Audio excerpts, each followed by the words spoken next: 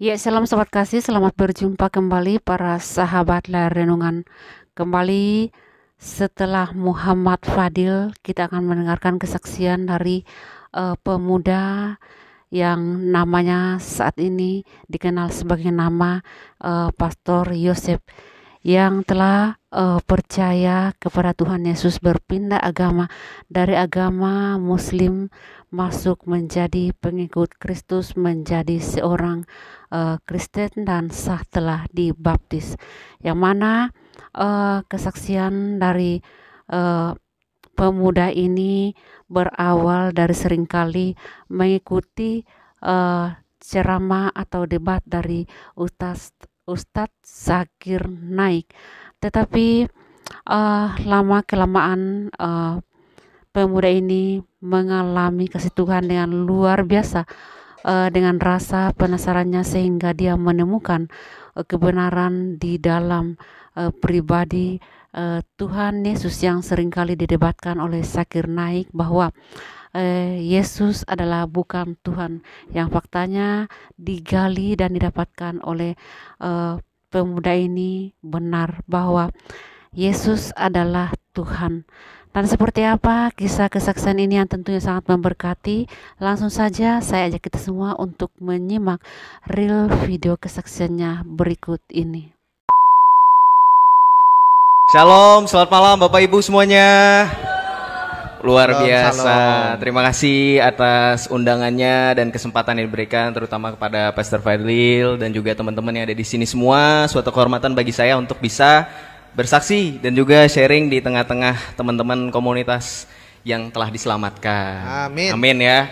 Jadi kita sudah keluar dari kegelapan menuju terang abadi. Siapa dia? Yesus Kristus. Amin. Ya, sebelumnya perkenalkan, memang nama saya di TikTok biasanya Joseph Albert Michael. Cuman memang nama asli Islami sekali. Pastor Fadil tadi sudah tahu. Untuk latar belakang, saya sama kurang lebih dengan teman-teman yang ada di sini semua, Bapak Ibu. Kita semua dari latar belakang yang sebelumnya tidak mengenal Kristus sama sekali di dalam hidup kita ya. Jadi bisa dibilang kita bukan dari saya bukan dari Kristen gitu kan. Dan memang ya seperti juga nama akun saya mantan radikal, Pastor. Jadi memang radikal sekali dulu saya, latar belakangnya dari kecil itu sudah terbiasa nonton. Mungkin Bapak Ibu tahu ada yang mengenal Zakir Naik, udah hatam ya, Ahmad Didat dan seterusnya gitu. Dan memang untuk saat ini di usia saya yang sekarang kurang lebih 21 tahun. Tidak kurang dan tidak lebih. Jadi untuk sekarang saya masih berkuliah. Puji Tuhan, luar biasa dapat kesempatan dan itu berkat semua dari Tuhan, kebaikan Tuhan semuanya. Jadi seperti itu kurang lebih. Oke. Ya, jadi seperti yang tadi saya sudah sampaikan di awal, saya suka nonton Zakir Naik ya, Ahmad Didat, yang sering ditanyakan itu apa sih? Yesus itu Tuhan dari mana? Ditulis dalam Alkitab ya enggak? Bapak Ibu sering dengar gitu ya. Ya mungkin kita orang yang dulu dari sana itu bakal berpikir, wah orang Kristen ini nggak bisa jawab, ya kan? Dari situ mulai saya itu bukan apa-apa ya, jadi mencari sendiri gitu kan. Jadi terbiasa dulu saya itu memang ingin sekali mendebat gitu orang Kristen secara langsung gitu. Mungkin itu dampak dari tontonan tadi, Pastor, tontonan dari Zakir Naik. Jadi memang saya juga pernah cerita di kesaksian saya sebelumnya bahwa saya itu mendebat salah satu adik kelas saya waktu SMP. Wah itu benar-benar radikal itu. Jadi saya bukan yang sekarang di cover di media sosial gitu, tapi saya ketemu orangnya langsung, bertatapan muka langsung. Saya praktikkan apa yang Zakir Naik biasa tanyakan. Dan impressingly bahwa ternyata adik kelas saya bisa jawab, oh Yesus itu Tuhan. Loh, saya nggak puas. Oh, adik kelas kamu Kristen ya? Iya betul, Oke. Kristen. Dia bisa jawab. Dan akhirnya saya dengan penuh benci, ya kan? Karena memang dari kebencian tadinya, gitu. Kalau kata orang kan benci lama-lama jadi cinta, dan memang betul ya, terwujud. Jadi saya belajar sendiri lagi, mencari dalam lagi. Saya mencari itu tujuannya bukan untuk tadinya untuk mengikuti Yesus ya. Saya itu tadinya untuk mencari-cari kesalahan, mencari-cari lagi. Mana nih yang saya pikir nggak bisa dijawab lagi. Sampai akhirnya singkat cerita, saya itu merasa kemudian panggilan dari Tuhan itu, dari Yesus itu di hidup saya, yang tadinya mungkin di tahap yang penolak, denial, tapi lama-kelamaan panggilan tersebut besar. Jadi kalau teman-teman di sini tahu kan biasaan kita 5 waktu itu ngapain ya. Jadi 5 waktu itu saya selalu terpikirkan Yesus. Saya tidak mengalami penglihatan apapun, tapi perasaan itu. Mungkin Bapak Ibu tahu ya, ketika kita melaksanakan sesuatu, tapi hati kita tuh kemana-mana. Dan pada saat saya melaksanakan sesuatu yang 5 waktu itu, di keyakinan saya sebelumnya, itu saya hanya merasakan Yesus. Sampai akhirnya saya memutuskan untuk mengambil waktu sejenak. Saya berdoa dalam hati, saya pikir, kalau memang Engkau benar adalah Tuhan, tolong benar-benar kasih saya suatu tanda gitu kan. Suatu tanda yang benar-benar saya bisa akhirnya menerima Engkau. Tanda itu Bapak Ibu, percaya atau tidak percaya, itu secara tidak langsung itu bertubi-tubi. Jadi dimulai itu saya minta yang kelihatannya sepele. Jadi pernah waktu itu kesaksian saya kehilangan STNK. Saya minta, Tuhan tolong temukan, ketemu. Saya SMP pada saat ujian nasional, saya nggak belajar itu. Saya cuma berdoa sama Tuhan, Tuhan nilai saya, name saya bagus ya. Terwujud, dapat SMA negeri. Itu persatu, tadinya itu masih denial, masih nggak mungkin, ini cuma hoki kalau kata kita ya. Cuma beruntung. Sampai akhirnya saya itu mengalami suatu pergumulan hebat, di mana saya itu ya biasa anak muda Gen Z itu bertengkar sama orang tua ya, karena orang tua saya sudah melihat ada yang tidak beres. Bahwa saya tadinya radikal terhadap Kristen, kok kayaknya kamu malah jadi kepikiran Kristen terus gitu. Takutnya nanti mama papa takut kamu jadi murtad gitu. Ya itu. Sampai akhirnya di poin itu saya menilai bahwa Tuhan sedang memanggil saya gitu. Sampai akhirnya di usia saya yang 16 tahun itu saya mulai mendapatkan panggilan itu, sampai akhirnya saya perlahan-lahan membuka hati untuk menerima Tuhan Yesus sebagai juru selamat. Gitu. Singkat cerita seperti itu, Pastor. Oke. Pada saat kamu memutuskan untuk bertobat, bagaimana sikap keluargamu? Kalau ini kita udah nggak heran lagi ya. Seperti firman Tuhan ya kan, Yesus bilang, aku datang bukan untuk membawa damai. Weh, biasanya dikutip nih sama polemik-polemik ya kan, wah Yesus ngajak perang nih ya kan. Tapi makna dalamnya ternyata kedatangan Tuhan, Yesus itu memberitakan suatu berita yang membuat orang yang denial seperti mereka itu, yang tidak menerima kenyataan bahwa firman Allah telah turun datang menjadi manusia yang nyata gitu kan, yang telah hadir di tengah-tengah kita, itu semakin jelas pertentangan itu. Sehingga reaksi orang tua saya seperti pada umumnya gitu, menolak awalnya memang menolak, awalnya keras. Dan sampai memang pada saat itu saya dihadapkan langsung debat sama adalah salah satu tokoh di lingkungan saya, bisa disebut dengan ustadz gitu kan. Dia biasa mengisi pengajian dan memang dulunya guru ngaji saya juga gitu. Jadi saya diperdebatkan, apa alasan kamu mengikuti Yesus? Ya biasalah yang Bapak Ibu sering temukan di media sosial atau di TikTok atau di YouTube ya. Sama sebenarnya, polanya sama, mereka sudah kalau dibilang apa ya, sudah terprogram lah ya pertanyaannya, terus kemudian reaksinya ketika kita pun sudah bisa menjawab gitu kan. Jadi ketika ditanya kenapa kamu memilih Yesus, saya jawab pada saat itu. Dan pikir saya begini, saya pada saat itu Bapak Ibu jujur tidak pernah sama sekali bisa paham Alkitab. Waktu itu saya diam-diam beli Alkitab, Pastor, teman-teman semuanya. Diam-diam saya beli, mengumpulkan uang sendiri, saya nabung sendiri, saya beli Alkitab di Gramedia. Saya baca itu nggak ngerti sama sekali jujur. Mungkin karena pengaruh Roh Kedar kali ya. Padahal bahasa Indonesia tuh. Bahasa Indonesia, bukan yang bahasa yang dulu. Bahasa Indonesia harusnya bisa kan ya, sama seperti kita baca buku biasa. Nggak ngerti. Tapi pada saat itu saya waktu itu menemukan firman Tuhan ya kan. Oleh karena namaku kamu akan dibenci, kamu akan diserahkan ke mahkamah agama. Tapi kemudian Yesus bilang apa? Tapi nanti yang akan berbicara adalah Roh Kudus yang akan terus berbicara terus terang kepadamu, ya kan? Yang akan menuntut kamu. Itu pada saat itu ayat itu yang mengena saya, dan itu yang langsung muncul di ingatan saya ketika saya berhadapan dengan ustadz yang mediasi saya. Karena pada saat itu sudah, Bapak Ibu, situasinya itu sudah keluarga besar sudah datangin saya. Jadi rembukan gitu. Jadi saya seolah-olah itu seperti apa ya, kriminal kali ya, seperti mohon maaf, seperti mungkin habis ngapain gitu kan. Nah, jadi ketika itu saya diperhadapkan dengan pertanyaan-pertanyaan yang biasa, dan dengan pada saat itu saya tidak memahami firman Tuhan. Betul-betul 100%. Beli Alkitab itu saya baca Kejadian sampai Perjanjian Lama itu saya nggak ngerti. Saya lengkap akhirnya. Perjanjian Baru dari Injil Matius itu juga saya nggak ngerti. Saya cuma comot-comot ayat. Akhirnya ketika ditanyakan itu, puji Tuhan Bapak Ibu, Sampai di titik saya ingat pertanyaan terakhir yang membuat Ustadz itu akhirnya tidak lagi, oknum tersebut ya, tidak lagi bertanya lagi adalah ketika berbicara mengenai murtad saya. Dia bilang begini, saya percaya nanti kamu akan menemukan kembali lagi kepada, yaitu hidayah kalau itu disebutnya. Saya bilang begini, saya skak bilang gini, Bapak percaya bahwa semua adalah rancangan dan ketetapan Tuhan. Betul nggak? Saya bilang gitu. Di iman kita percaya kodo dan kodar. Saya bilang gitu. Percaya kepada takdir. Artinya sekalipun saya murtad, ini adalah takdir. Takdir siapa berarti? Kalau saya murtad dan saya tidak kembali lagi, berarti takdir siapa? Apakah Bapak mau menyalahkan Tuhan juga? Dia tidak menjawab. Dia bilang katanya, kamu bisa berubah, kamu bisa. Saya bilang, saya sudah 3 tahun, 4 tahun Bapak Ibu. Saya tetap mengerjakan apa yang menjadi rukun dan dasar iman saya. Saya sholat setiap bangun pagi jam 3, sepertiga malam saya tetap minta petunjuk. Tapi at the end, Yesus tetap memanggil saya.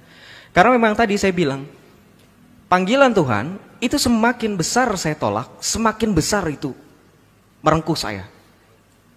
Itu yang saya percaya dan itu bukan karena kepahitan atau apapun itu. Dan saya percaya itu kuasa Allah. Dan sampai akhirnya ketika Ustadz tersebut tidak bisa ngomong, keluarga saya kecewa. Karena mereka pikir ini orang bisa mengembalikan, maksudnya bisa merubah pikiran saya. Malah makin jadi nih anak. Akhirnya sampai di posisi biasa merasakan kekerasan fisik ya Bapak Ibu. Saya anggap itu sebagai suatu sukacita. Karena kita lihat tokoh-tokoh dalam Alkitab seperti bahkan Rasul Paulus ya, para rasul sendiri sudah terbiasa menderita. Dan kita pun sudah terbiasa untuk dipanggil untuk menderita. Betul nggak? Untuk memperoleh mahkota kehidupan. Jadi awalnya berproses memang pastor dan teman-teman. Ditolak, merasakan penderitaan. Wah saya kalau biasa itu di tetangga itu sampai keluar rumah itu malu, karena biasa saya itu nangis itu sampai teriak, karena memang sebegitu sakitnya. Jujur, saya mengalami kekerasan itu ya, tapi saya tidak benci sama sekali. Itulah kenapa saya merasa ini benar-benar jalan hidup yang benar, karena saya tidak merasakan kebencian ketika saya pun disakit, dan itu tuh benar-benar panggilan dari Yesus sendiri yang mengatakan, kasihilah musuhmu dan berdoalah bagi mereka yang menganiaya kamu. Sampai akhirnya saya bawa terus dalam doa, saya bilang, Tuhan lembutkan hati orang tua saya bilang. Saya minta dalam doa, saya terus berdoa ketika dipukuli itu, ketika dikerasi itu, sampai akhirnya saya sambil mohon-mohon, saya bilang saya bukan anak yang bandel, saya bilang gitu. Saya nurut, saya juga ya kalau dibilang sombong, tapi pada saat itu saya ceplas-ceplos, saya bilang saya apapun buat mama, buat papa, buat keluarga, saya menyumbangkan prestasi ranking 1 terus dan seterusnya. Sampai di posisi saya bilang, kalau memang mau saya matikan, saya bilang matikan aja gitu. Sampai akhirnya mama saya. Oh pernah diancam dibunuh? Pernah saya diancam dibunuh, itu pernah sama om saya itu. Jadi memang ya sudah sampai seperti itu. Oke. Sampai akhirnya berkurang demi sedikit sampai detik ini. Bapak Ibu mungkin lihat kalung salib saya yang sebesar ini, saya pakai di depan keluarga saya, di depan mama saya, di depan tetangga saya. Mama saya awalnya bilang, kan saya orang Sunda Betawi ya, dipanggilnya AA. Nanti kalau tetangga tahu gimana? Cepat atau lambat mereka harus tahu lah, gitu. Karena saya nggak pernah malu, aku nggak pernah malu mah, gitu. Mengikuti Yesus itu bukan kemaluan. Saya sampai bilang begini loh, ibu saya tuh sampai diem itu, saya bilang begini, Yesus aja udah terbiasa kok di kayu salib dikata-katain orang, masa saya harus malu-malu mengikuti dia, ya nggak? Betul nggak Bapak Ibu? Yesus mati demi kita itu semua. Dia sudah terbiasa diolok-olok, dicibir orang, diludahi orang, masa kita harus malu? Makanya saya bilang seperti itu, akhirnya mama saya melembutkan hatinya. Puji Tuhan, saya setiap WhatsAppan, chatan, atau bahkan ketemuan sama mama saya tidak malu untuk membuat tanda salib dalam berdoa. Saya berdoa terus, saya berdoa selalu di depan mama saya. Dan itu adalah bentuk penginjilan yang secara tidak langsung menerus-menerus itu, mama saya akhirnya tersentuh, akhirnya menerima fakta bahwa saya sudah dimenangkan oleh Kristus dan tidak mungkin lagi diregut kembali. Haleluya.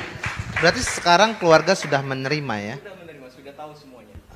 Lebaran itu saya hanya makan-makan. Lebaran itu saya tetap mengucapkan ya, namanya tadi kan kita tidak diajarkan untuk membenci, bahkan di 10 perintah Tuhan kita tahu ya, tetap hormati ayah dan ibumu gitu kan. Lebaran hanya makan-makan? Makan-makan aja. Angpaunya diambil nggak? Dapat angpau, bukan saya lagi dapat angpau, saya yang harus ngasih angpau, kan tradisi kalau sudah besar. Kan belum kerja. Ya gimana ya, tuntutan ini perubahan zaman. Oke, ya. Sebenarnya gini ya, aku sebagai anak muda ngelihat itu banyak Bapak Ibu yang mereka sama seperti aku Hanya dulu. anak muda yang bisa baca pikiran anak muda. Kalau saya kan umurnya udah 2 kali lipat, jadi susah nih. Ya. Iya, kadang anak muda itu kan kadang kalau Bapak Ibu lihat kan kadang sukanya maunya yang instan ya, nggak mau yang ribet-ribet. Tapi Bapak Ibu percayalah, di luar sana itu banyak sekali yang approach, yang DM saya itu banyak yang, Bang, saya mulai terpanggil. Ini anak muda nih. Iya, Semua anak muda. semua anak muda itu banyak yang terpanggil, itu luar biasa, beneran. Saya nggak bohong. Jadi ada Bapak Ibu, kalau boleh saya cerita ya, saya kan sering live di TikTok ya, mungkin Bapak Ibu ada yang nonton juga. Jadi kalau saya itu lihat di kolom komentar itu tadinya banyak penghujat, kita tahu ya dari komentar. Dan saya tidak pernah kemudian menyalahkan mereka. Saya selalu bilang sama teman-teman Kristen yang nonton juga, jangan kamu keluarkan buang-buang waktumu untuk balas cacian mereka, tapi pakai waktumu untuk mendoakan mereka supaya mereka bisa sama seperti kita terpanggil jiwanya. Amin. Amin. Itu terjadi Bapak Ibu. Puji Tuhan ada namanya. Saya salut sama dia. Kenapa? Dia itu kalau setiap saya live itu menghujat Yesusnya luar biasa. Boleh tanya sama Om Don itu yang mendampingi saya itu. Itu menghujat Yesus itu luar biasa Bapak Ibu. Nggak mikir-mikir lagi dia, dan itu spamming. Sampai suatu ketika dia DM saya. Dia DM saya, Pastor. Dia bilang gini, Joseph, kok makin lama gue nonton live lu bukannya makin teguh dengan iman gue, makin terpanggil ya, bilang gitu kan. Saya ketawa, saya bilang bohong nih gitu kan. Biasanya kayak gitu-gitu kan. Saya bilang gitu aja, bohong nih gitu kan. Tapi dia bilang enggak Joseph, ini beneran, bilang gitu kan. Gue udah beberapa hari ini nonton live lu, kalau lu lihat, kalau lu cuman nonton aja nggak komen-komen, bilang gitu kan. Memang iya. Saya perhatikan dia orang kemana. Karena memang dia selalu pertama kali muncul itu selalu ada. Selalu muncul dan radikal. Selalu muncul dan radikal. Oh, betul. Terakhir diem aja. Terakhir diem aja. Okay. Dan malah ketika ada yang berusaha untuk berpolemik, dia selalu membela di sisi kita. Sampai akhirnya dibilang, oke, gue ikut sekarang. Bagaimana Tuhan mau panggil saya, bilang gitu. Oke, kalau begitu sekarang lu mulai untuk belajar, bilang gitu kan. Gak bisa mengikuti Yesus cuman sepatah dua patah kalimat langsung selamat, bener gak? Jadi saya bilang belajar gitu. Jadi pengikut Kristus itu harus banyak belajar gitu. Jangan menerima aja, jangan seperti orang-orang yang tidak bisa membaca. Saya bilang gitu. Saya uji dulu kan, karena setiap sesuatu harus diuji. Sampai akhirnya puji Tuhan, kemarin baru saya dengar dia sudah mau dibaptis. Haleluya. Tuh saya cuman Baptis di mana? Nah itu, cuman saya bilang mau kesaksian atau enggak terserah lo. Karena gini, bagi saya ketika ada orang seperti itu kita juga harus cerdik. Karena mereka itu jadi target kita tahu ya. Jadi dia cuman kasih tahu saya gerejanya di daerah Bekasi, dia bilang gitu. Kalau nggak ada yang mau terima baptis, saya yang baptis. Iya, jadi dia bilang udah mau dibaptis karena puji Tuhan, Bapak Ibu seperti yang tadi ditanyakan oleh Pastor Fadil bahwa banyak sekali, Pastor. Tapi ya Bapak Ibu karena tahu ya situasi kita bahwa kalau kita dari sana itu pasti dapat ancaman. Dan saya selalu titip pesan sama mereka, nggak usah terburu-buru.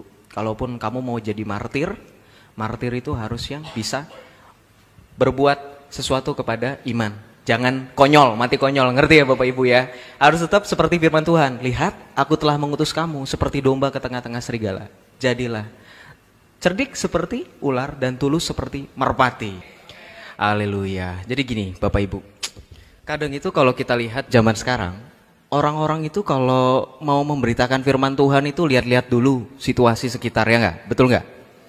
Kadang ada orang yang takut-takut kalau jadi orang Kristen itu. Saya lihat itu ya, teman saya, malu saya katanya. Kalau mau buat tanda salib atau mau doa tuh lihat-lihat dulu gitu.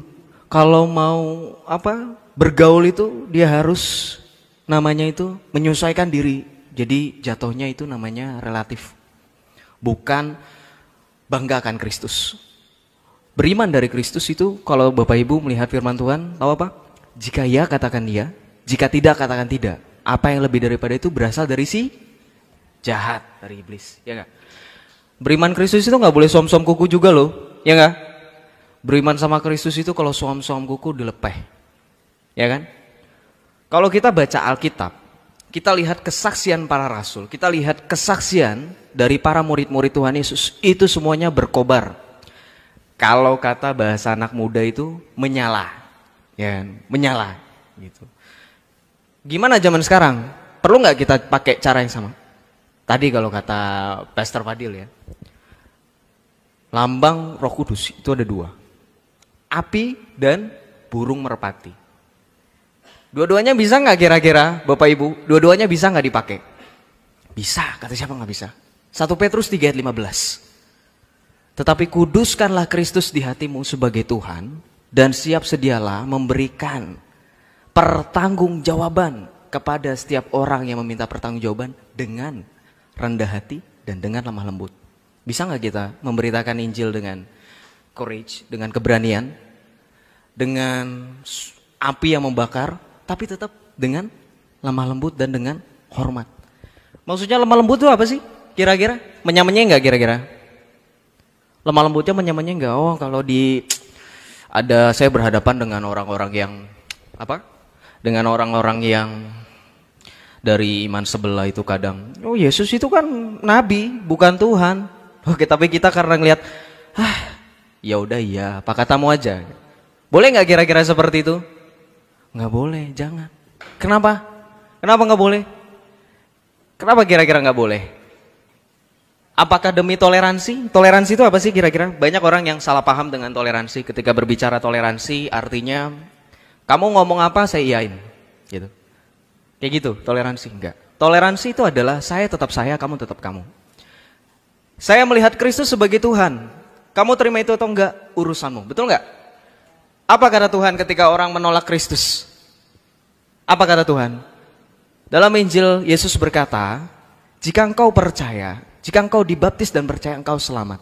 Tetapi jika engkau tidak percaya, akulah dia, kata Tuhan Yesus apa? Kamu akan binasa dalam dosa-dosamu. Jadi kalau ada orang yang sudah kita beritakan firman Tuhan, kita tahu Yesus itu adalah Tuhan, kemudian menolak, gimana sikap kita? Mendoakan, ya toh? Nggak usah mengutuk, nggak usah memakai, login yuk, asyhadu, nggak usah ya. Mengikuti Yesus itu harus dari hati, betul nggak? Nggak boleh namanya terpaksa, nggak boleh namanya karena sedus Indomie. Kadang kita itu juga mendapatkan apa ya, kalau kita tuh sering dituduhnya, wah Joseph ini urusan kalau nggak jauh-jauh dari urusan perut, bawa perut. Saya jawabnya apa Bapak Biu? Nah itu kan memang justru saya selamat dari sana. Ngerti nggak? Saya adalah selamat dari sana, makanya saya tidak lagi memikirkan hal yang seperti kamu tuduhkan. Dalam nggak kira-kira? Dalam. Nggak perlu kita balas-balas cacian, kita jawab dengan kasih. Tapi oke, balik lagi. Ketika kita melihat Alkitab, kita akan baca lagi kesaksian dari Rasul Yohanes. Kita lihat Bapak Ibu di dalam 1 Yohanes bab 4. Ya. Ayat 10 sampai dengan ayat 11. Di situ dikatakan, inilah kasih itu. Bukan kita yang telah mengasihi Allah, tetapi Allah yang telah mengasihi kita, dan yang telah mengutus anaknya sebagai pendamaian bagi dosa-dosa kita. Saudara-saudaraku yang kekasih, jikalau Allah sedemikian mengasihi kita, maka haruslah kita juga saling mengasihi. Amin. Kata Rasul Yohanes, kita disuruh mengasihi. Kira-kira kalau kita bertemu dengan orang-orang yang tidak mengenal Yesus, ya, lebih cenderung untuk membenci Yesus, kita tetap mengasihi atau enggak? Mengasihi. Kenapa? Karena Allah telah terlebih dahulu mengasihi kita. Betul ya? Amin ya. Nah kadang di kehidupan yang sekarang sudah semakin berkembang zamannya Bapak Ibu, kita tahu ya, kemajuan media sosial, teknologi, semakin banyak orang yang mengemukakan pendapatnya secara dengan bebas tapi tidak bertanggung jawab, tidak berdasarkan informasi yang akurat. Sebagai orang Kristen, kita harus apapun itu memverifikasi apapun itu informasinya. Sekalipun itu pengajaran itu harus tervalidasi. Nah, begini, jadi orang Kristen sekali lagi harus berani bersaksi. Jangan karena kita tinggal di lingkungan yang bukan Kristen, kita ciut. Justru kita harus semakin menunjukkan. Kita harus semakin bertumbuh. Kita harus semakin menjadi terang dan garam dunia. Ingat, Tuhan Yesus juga pernah berkata kan dalam Alkitab, Yohanes 8 ayat 12. Ya. Akulah terang dunia. Kalau kata dalam bahasa Arab apa? Ana huwa nurul lil alamin. Ya, jadi Yesus itu terang dunia itu. Bapak Ibu nggak usah ragu-ragu lah kalau melihat figur Yesus itu sebagai Tuhan itu. Wah, Yesus itu memang, saya selalu bilang sama Yang bertanya itu kan, sering kan tadi, seperti yang tadi di awal kesaksian, mana dalil itu Yesus itu Tuhan? Saya bilang, Bapak Ibu, kita sekarang bermain logika, karena mereka suka mengutamakan logika katanya, kan paling cerdas. Saya bilang begini, lebih terhormat untuk diakui atau mengakui? Sekarang kalau Bapak Ibu bertemu dengan, misal, ada sosok berdiri di sini, tiba-tiba, tanpa ada angin dan hujan, dia mengakui, saya orang kaya, saya punya bisnis. Kira-kira Bapak Ibu ilfil nggak dengar orang seperti itu? Ilfil, betul nggak? Ilfil. Sekarang kalau kita melihat tradisi, bagaimana orang-orang Yahudi sudah mengenal Allahnya dalam perjanjian lama ketika Musa, ya kan? Kemudian Yesus datang. Kira-kira Yesus perlu nggak ke depan publik ngaku-ngaku saya Tuhan, sembahlah saya? Nggak perlu nggak kira-kira Bapak Ibu? Nggak perlu. Sekali lagi, lebih terhormat untuk diakui atau mengakui? Diakui, betul nggak? Karena diakui. Kalau saya pakai logika seperti itu, kita melihat ada tetangga, anak tetangga gitu ya. Ih, anak si ini hebat loh, ranking 1 kemarin, juara 1. Kita lebih, oh iya benar, tanpa harus mengakui. Sama seperti Yesus. Kita lihat keilahiannya dalam Alkitab. Itu yang membuat kita semua teguh di sini, betul nggak? Amin nggak? Kita lihat Yesus itu sebagai sosok pribadi yang dalam Alkitab, Filipi 2 ayat 6 sampai dengan 13. Kalau Bapak Ibu baca di situ kan. Yang walaupun dalam rupa Allah, tidak menganggap kesetaraan dengan Allah itu sebagai milik yang harus dipertahankan, melainkan telah mengosongkan dirinya sendiri dan mengambil rupa seorang hamba dan menjadi sama dengan manusia. Dan dalam keadaannya sebagai manusia, ia telah merendahkan dirinya dan taat, bahkan taat sampai mati di kayu salib. Itulah sebabnya Allah meninggikan dia dan mengkaruniakannya nama di atas segala nama, supaya di dalam nama Yesus bertekuk lutut apa yang ada di langit dan di bumi, dan segala lidah mengaku bahwa Yesus adalah Tuhan bagi kemuliaan Allah Bapa. Amin. Itu ayat Alkitab itu sudah jelas. Loh, kok masih ada lagi yang masih penasaran Yesus itu Tuhan atau bukan? Masih ada orang Kristen yang ragu-ragu ketika ditanya Yesus Tuhan atau bukan. Yesus kenapa Tuhan, kok dia manusia gitu ya. Kadang orang berpikir kalau sudah manusia sudah nggak bisa Tuhan. Loh memang iya, nggak ada sejarahnya. Manusia jadi Tuhan itu nggak ada sejarahnya. Tetapi Tuhan yang menjadi manusia jelas. Fil bad'i kanal kalimatu, wa kanal kalimatu indallah, wa kanal kalimatullah. En arche en hologos, kai hologos en proston theon, kai theos en hologos. In the beginning was the Word, and the Word was with God, and the Word was God. Artinya apa? Pada mulanya sudah ada firman. Firman yang telah menjadi daging itu sudah dari sadanya Allah. Kurang apa lagi kesaksian bukti bahwa Yesus adalah Allah? Kurang apa lagi kira-kira? Kalau ditanya, kadang dapat pertanyaan. Sejak kapan Yesus jadi Tuhan? Yosef, kapan dia mengaku jadi Tuhan? Saya selalu bilang, sudah dari sananya. Jadi Bapak Ibu, sekali lagi teman-teman yang ada di sini yang sudah dipanggil dan diselamatkan oleh Tuhan Yesus, saya percaya kita semua semakin diteguhkan, semakin bertumbuh. Saya harap semua teman-teman di sini bisa, kalau dalam istilah dalam bahasa Itali, fate chiasso, memberitakan Injil with zeal and courage. Ya. Saya titip pesan terakhir, Bapak Ibu, semoga dengan pertemuan kita pada malam ini, kita semakin memberitakan Kristus di tengah-tengah kita. Kita semakin mendatangkan jiwa-jiwa, tapi jangan dipaksa. Kita bawa dalam doa, tetapi kita juga menunjukkan kasih Kristus. Jadilah terang dan garam dunia. Amin. Haleluya. Terima kasih Bapak Ibu semuanya. Tuhan Yesus memberkati selalu.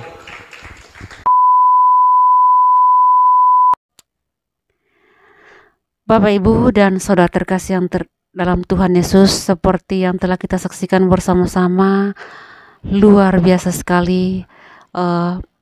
Pastor Yosef ini bersama Muhammad Fadil yang juga sudah menjadi pelayan Tuhan Yesus, di mana kedua murtadin ini bersaksi di hadapan ratusan murtadin yang telah menerima Tuhan Yesus dan sebagai Tuhan dan Juru Selamat dalam hidup mereka.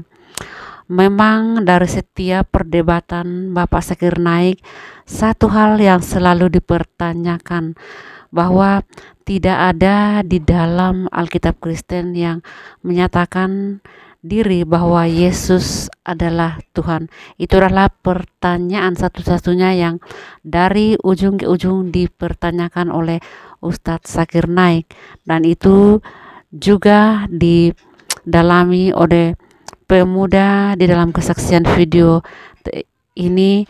Namun pemuda ini sudah dikalah debatkan oleh pemuda Kristen yang luar biasa jawabannya, sehingga membuat pemuda ini menggali lebih dalam siapa itu Tuhan Yesus dan menemukan suatu kebenaran, sukacita dan kedamaiannya luar biasa, sehingga beliau sebagai muslim radikal sulit dipercaya, tetapi faktanya sudah hijrah, sudah murtad, berpindah agama menjadi orang percaya dan dibaptis menjadi pengikut Kristus. Ini adalah hal yang luar biasa, dan sampai detik ini seperti yang telah kita saksikan dalam setiap diskusi para apologet muslim, satu kata yang selalu dipertanyakan bahwa tidak ada satupun di dalam Injil firman Tuhan yang menyatakan diri bahwa Yesus adalah Tuhan. Namun sampai kapanpun juga orang-orang yang belum mengalami Tuhan tidak akan pernah mengerti siapa itu Tuhan Yesus. Tetapi jikalau sudah mengalami kasih Tuhan dengan luar biasa, mereka lebih dari Kristen tulen. Tuhan, terima kasih untuk kesaksian ini, semoga bermanfaat bagi saya dan saudara tentunya. Silakan di-share biar semakin banyak orang yang terpanggil menjadi orang percaya, menemukan jalan keselamatan, kebenaran dan terang yang sesungguhnya. Tuhan Yesus memberkati dan sampai jumpa.